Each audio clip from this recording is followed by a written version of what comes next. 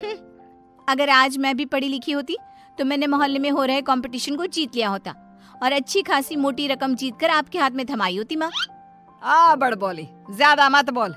जितना तेरा कद है ना उससे भी 50% कम बोला कर। इस घर में ही क्या, हमारे खानदान में किसी भी औरत को पढ़ने की इजाजत नहीं है।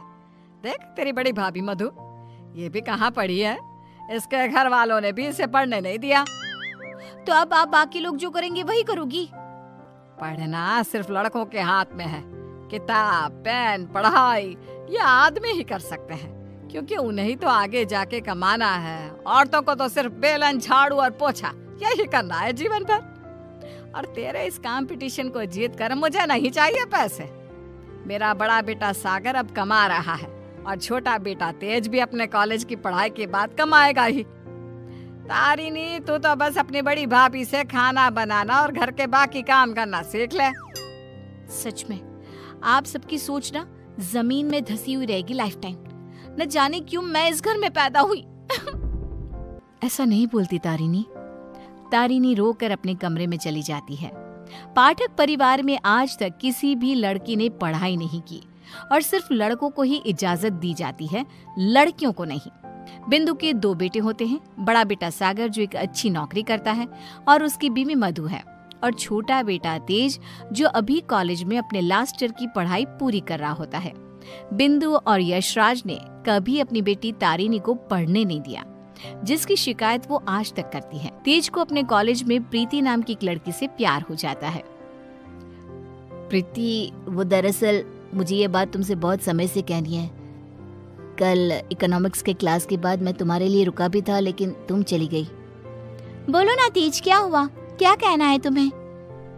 प्रीति, अब मुझे तुमसे प्यार हो गया है। क्या तुम मुझसे शादी करोगी? देखो, हम पिछले 5 साल से एक दूसरे को जानते हैं। आई नो तेज, जैसे तुमने अपने जज्बातों को मन में छुपा के रखा, वैसे मैंने भी छुपाया। मैं भी तुमसे प्यार करती हूँ, लेकिन मैं तुमसे शादी कैसे कर पाऊंगी? क्यों? कौन रोक रहा है हमें? जहाँ तक मुझे पता है हमारे शहर में लड़कियों को पढ़ने नहीं देते, ना ही पढ़ी लिखी लड़कियों से शादी करवाई जाती है।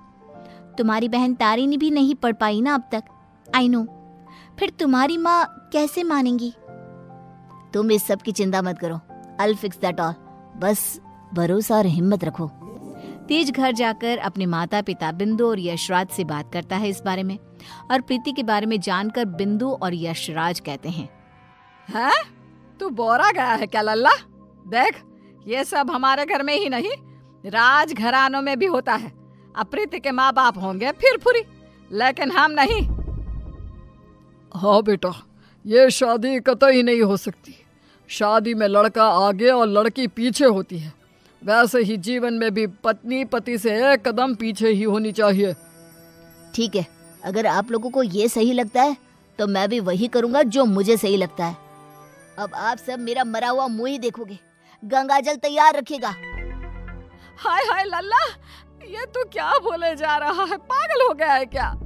तेज अपनी जिद से पीछे नहीं हटता और वो पूरे 1 महीने तक बिंदु, यशराज और अपने बड़े भाई सागर को मनाने में ही लगा रहता। तब कहीं जाकर कुछ महीनों बाद वो सब राजी होते हैं और कॉलेज की पढ़ाई खत्म होते ही 1 साल बाद तेज और प्रीति की शादी हो जाती है। लेकिन बिंदु, यशराज और सागर अब भी इस शादी से थोड़े से नाखुश ही होते हैं। जब घर के सभी आदमी खाना खाने बैठते हैं तब प्रीति भी उनके साथ खाना खाने के लिए बैठती है। तभी, अरे ओ कल की अंधी, पागल हो गई है क्या? अरे माना कि तुम एक पढ़ी लिखी लड़की हो, लेकिन इसका मतलब ये तो नहीं ना कि घर के और ससुराल के तौर तरीकों का पालन भी ना किया जाए। खाना पहले घर के आदमी खाते हैं और फिर औरतें खाती हैं, दोनों एक साथ नहीं बैठे, समझ गई? लेकिन मम्मी जी, ऐसा क्यों? मेरा मतलब खाना तो सबका एक ही होता है ना, तो सब अलग अलग बैठकर क्यों खाए? प्रीति, तुम चलो ना रसोई में, चलो, सबके लिए कटोरी में खीर परोसनी है। लेकिन मधु दीदी। प्रीति, माँ और मधु जो कह रही हैं वो सब सुनो। तेज, अपनी बीवी को कुछ समझाओ। प्रीति गुस्से से उठकर रसोई में चली जाती है और मधु के साथ खीर को कटोरियों में परोसने में लग जाती है। प्रीति, हम इस घर की बड़ी बहू हैं, उसके बावजूद भी हमें हर मामले में, हर काम में पीछे रखा जाता है, जूती की नोक पे रखा जाता है, क्योंकि हम पढ़े लिखे भी नहीं हैं। अब सोचो, हम बड़ी बहू होकर भी हमारा ये हाल है, तो तुम्हारे साथ क्या क्या होगा। मधु दीदी, आप पढ़ी लिखी नहीं हो, इसमें आपकी कोई गलती नहीं है, लेकिन ये जो कुछ भी हो रहा है ना, आदमी और औरत का भेदभाव, ये सब बहुत ही बेकार और इलॉजिकल है। आज दुनिया कहां से कहां पहुंच गई है। आज के जमाने में औरत आदमी के साथ कदम से कदम मिलाकर चलती हैं। खैर, अब हम और कर भी क्या सकते हैं, लेकिन हम अपने आप को बहुत भाग्यशाली मानते हैं। क्यों मधु दीदी? क्योंकि हमारी एक पढ़ी लिखी देवरानी जो है। हाँ, आपको पता है मधु दीदी, आप ना बहुत क्यूट हो, आपको किसी की नजर ना लगे। जब सभी हॉल में एकत्रित होते हैं, तभी बिना घूंघट ओढ़े प्रीति को देखकर, प्रीति बहू, अब क्या तुम्हारे लिए दीवार पर बड़े अक्षरों में इस घर के तौर तरीके लिखवा दिए जाए हैं? अब क्या किया मैंने? आप हमेशा राशन पानी लेकर क्यों चढ़ जाती हो मुझ पर mummy ji? I just don't understand. Preeti बहू, आज तुम बगैर घूंघट के दिख गई हो। आइंदा से अगर ऐसा बिना घूंघट के दिखी ना, तो मुझसे बुरा कोई नहीं होगा। मधु बहू को देखो, सोते समय भी घूंघट ओढ़े ही सोती है, नींद में भी ये हमारे आदेशों का पालन करती है। और हाँ, एक और बात कान खोलकर सुन लो, आइंदा से बड़ों से और अपने इर्द गिर्द के आदमियों से इतनी बदतमीजी से बात नहीं करना, और इस घर की 4 दीवारों में सिर्फ और सिर्फ सरल हिंदी भाषा का ही प्रयोग होगा। अंग्रेजी भाषा नहीं गूंजनी चाहिए। तेज, अपनी धर्म पत्नी को समझा कर रख। प्रीति निराश हो जाती है और अपने कमरे में चली जाती है। रात में वो तेज से कहती है, तेज, ये सब क्या हो रहा है? तुम्हारे घर वाले इतने पागल कैसे हो सकते हैं? अगर मुझे ये अंदर की बातें पता होती ना, तो मैं कभी तुमसे शादी नहीं करती। I married you just because तुमने कहा कि तुम्हारे घर वालों को मुझसे कोई ऑब्जेक्शन नहीं है। हाँ, तो वही हुआ ना। वो कुछ बोले क्या तुम्हारी पढ़ाई लिखाई पर? अब बाकी कुछ रूल्स रेगुलेशंस है घर की लड़कियों और बहुओं के लिए, अब उन्हें तो फॉलो करना ही होगा ना।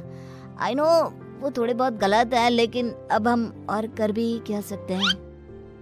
एक दिन जब यशराज दूध वाले का हिसाब कर रहा होता है, तभी ये 3 हफ्ते जुलाई महीने के और 2 हफ्ते अगस्त के, तो कुल मिलाकर पूरे हुए।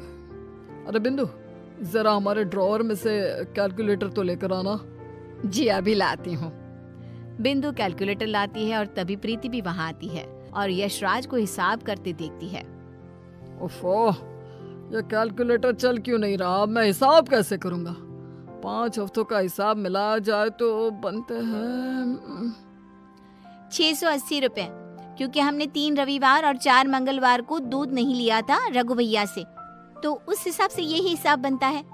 मैंने अपने माइंड में ही 1 मिनट में कैलकुलेट कर दिया है। प्रीति बहू, तुझे 1000 बार कहा है ना, रसोई में ही रहा कर। अरे आदमियों के काम में क्यों हर बार अपनी टांग अड़ाने आ जाती है? आइंदा से ये हिसाब किताब वाले काम में तू बिल्कुल भी ध्यान नहीं देगी। चल दफा हो यहाँ से अब। न जाने कौन सी घड़ी थी वो जब तेज को इससे प्यार हुआ। बेवकूफ है हमारा बेटा। इस तरह फिर से प्रीति को चुप कराकर रसोई में भेज दिया जाता है। कुछ दिनों बाद प्रीति जब बाजार से घर लौटती है, तब वो घर पर सबको मधु पर चिल्लाते हुए देखती है और मधु बेचारी फूट फूट कर रोई जा रही थी।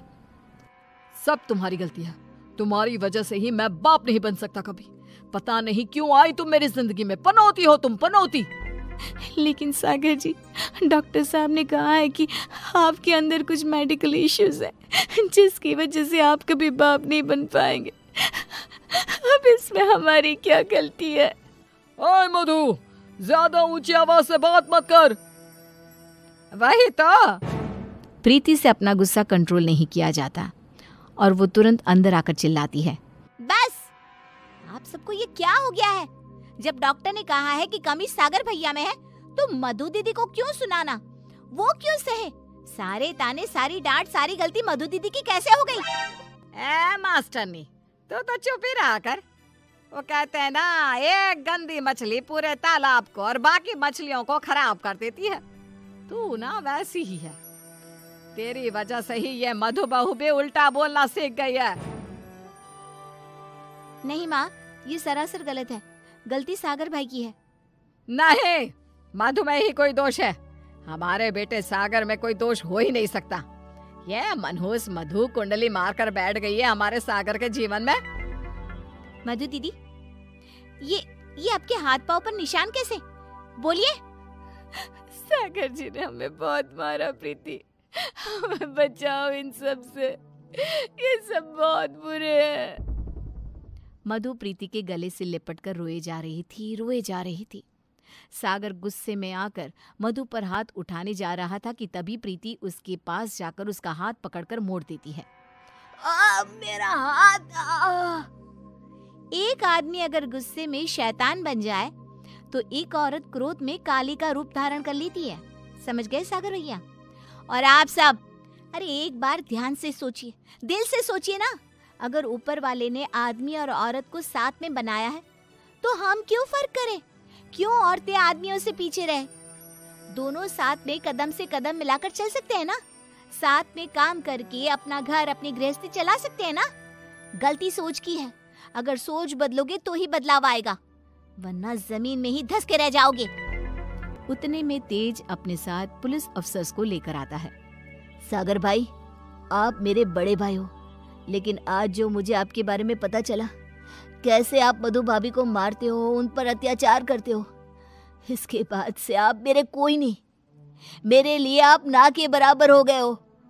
इंस्पेक्टर साहब, गिरफ्तार कर लीजिए इन्हें। पुलिस सागर को डोमेस्टिक वायलेंस के केस में गिरफ्तार कर लेती है और उसे लेकर जाती है। माँ, पापा, प्रीति और मैंने फैसला कर लिया है कि हम अब इस घर में और नहीं रहेंगे और अकेले किसी शहर में जाकर रहेंगे। मधु दीदी और तारिनी भी हमारे साथ चल सकती हैं। इस तरह तेज और प्रीति वहां से चले जाते हैं और मुंबई शहर आकर तारिनी और मधु दोनों भी पढ़ने जाती हैं और सभी अपना जीवन खुशी से बिताते हैं। वहीं बिंदु और यशराज, जिन्हें तेज हर महीने पैसे और खत भेजता है, वो दोनों अपने बच्चों की याद में रोते रहते हैं और उनके खतों को ही पढ़ते रह जाते हैं।